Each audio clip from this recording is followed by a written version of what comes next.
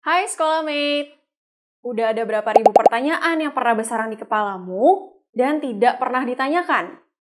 Gara-gara nggak nanya, akhirnya bingung sendiri. Pernah?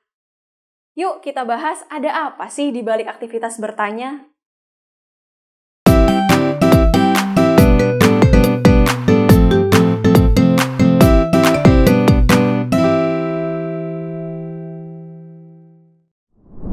Pernah nggak dengar pepatah kalau kunci ilmu adalah bertanya?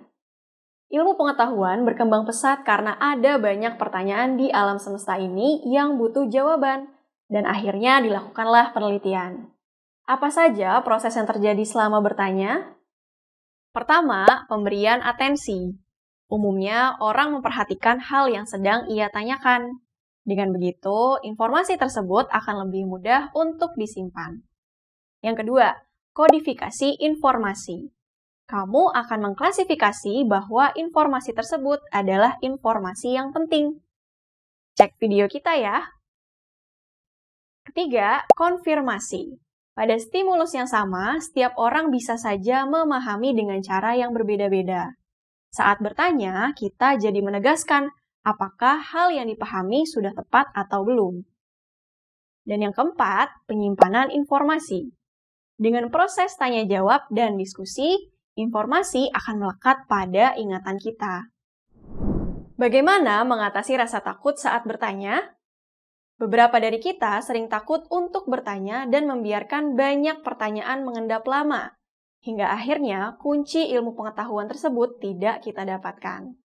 Maka yang perlu dilakukan adalah pertama, memahami bahwa bertanya bukan berarti kamu tidak kompeten atau tidak cerdas.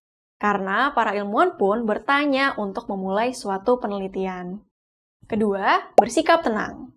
Kalaupun ada teman yang menertawakan pertanyaanmu, ingat, itu hanya 5 menit saja dan tidak bertahan lama. Lebih baik mereka tertawa sesaat, namun akhirnya kamu memahami pelajaran daripada semua diam dan tidak ada yang paham.